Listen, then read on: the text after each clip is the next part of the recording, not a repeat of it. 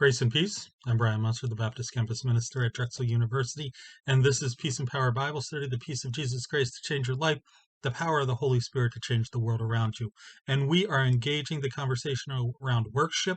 This is week 6, and this is video 2 of week 6. We're putting work back into worship. We're connecting our beliefs with our work. And we are in week 6, work rest balance. This idea of how we can manage work and rest together.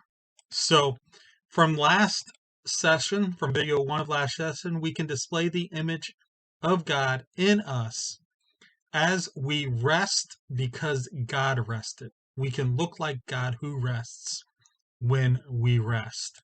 So because God rests, we should rest as well.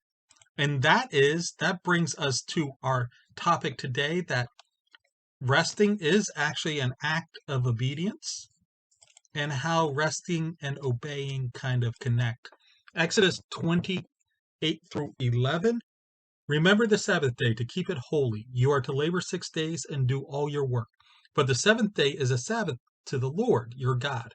You must not do any work. You, your son or daughter, your male or female slave, your livestock, or the foreigner who is within your gates.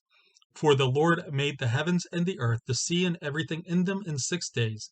Then he rested on the 7th day. Therefore the Lord blessed the Sabbath day and declared it holy. Not only we see a God who rests, but we also see a God who values human rest. God not only suggested we rest, but he commanded it and placed it of such an importance that it is in the 10 commandments on here. And it's not only for us, those that this was directed to who had some control over their schedule, but we were supposed to grant rest to our children. We were supposed to grant rest to those slaves who worked for us. So it wasn't just that we got rest, but everybody involved in working for us got rest as well. We not only did that, but our livestock and anybody passing through were supposed to get rest as well. And not only that, but it was holy. The day that we rested was a day set aside, set apart, distinguishedly holy unto God. Our rest is a priority for God, and God directly connects resting with worship. So I know I've been making the point that work and worship go hand in hand, but also rest and worship go hand in hand as well. Worship encompasses all of life, and working and resting are large chunks of that life. When we rest, we should use it to connect with God. Resting should be an act of obedience to God. You obey God when you rest. So if you're a Christian trying to be faithful to God, part of that faithfulness is resting. Now, Jesus had a lot to say about rest, and here's one. He told them that the Sabbath was made for man, not man for the Sabbath. Looking at that quote, it brings us to this major idea that rest is for our benefit. Yes, we are supposed to obey God as we rest. Yes, we are supposed to worship and connect worship of God to our rest, but ultimately rest is for our benefit.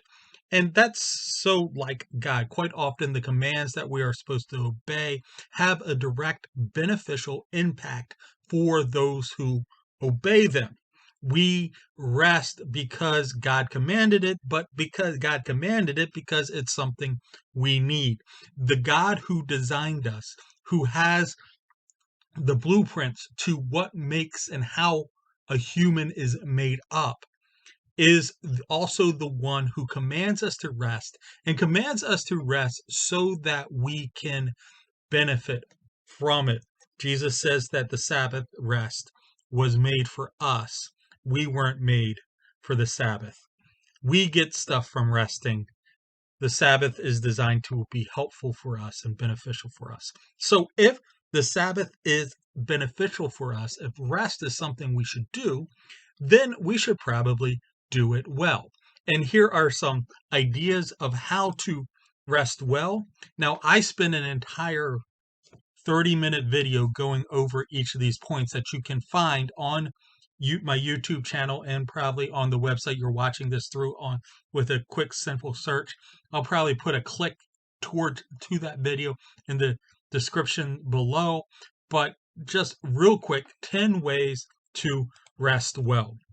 Rest on purpose. Just like work is the decision of the will, rest should be a decision as well. Don't rest by accident. Schedule it. Keep it a priority. Make resting a habit. Limit interruptions. If work has the habit of interrupting the rest of your life, take measures to guard your rest from work. Turn off the cell phone. Let others know you are unable to be contacted. Celebrate. Schedule times of rest around work accomplishment or life goals. Take time to commemorate past events. Create personal holidays. Rest before exhaustion.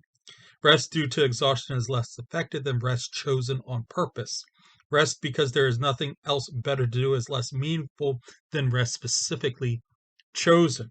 Recreation, not just vacation. As you rest, choose activities, mental and physicals, that replenish you instead of just doing nothing.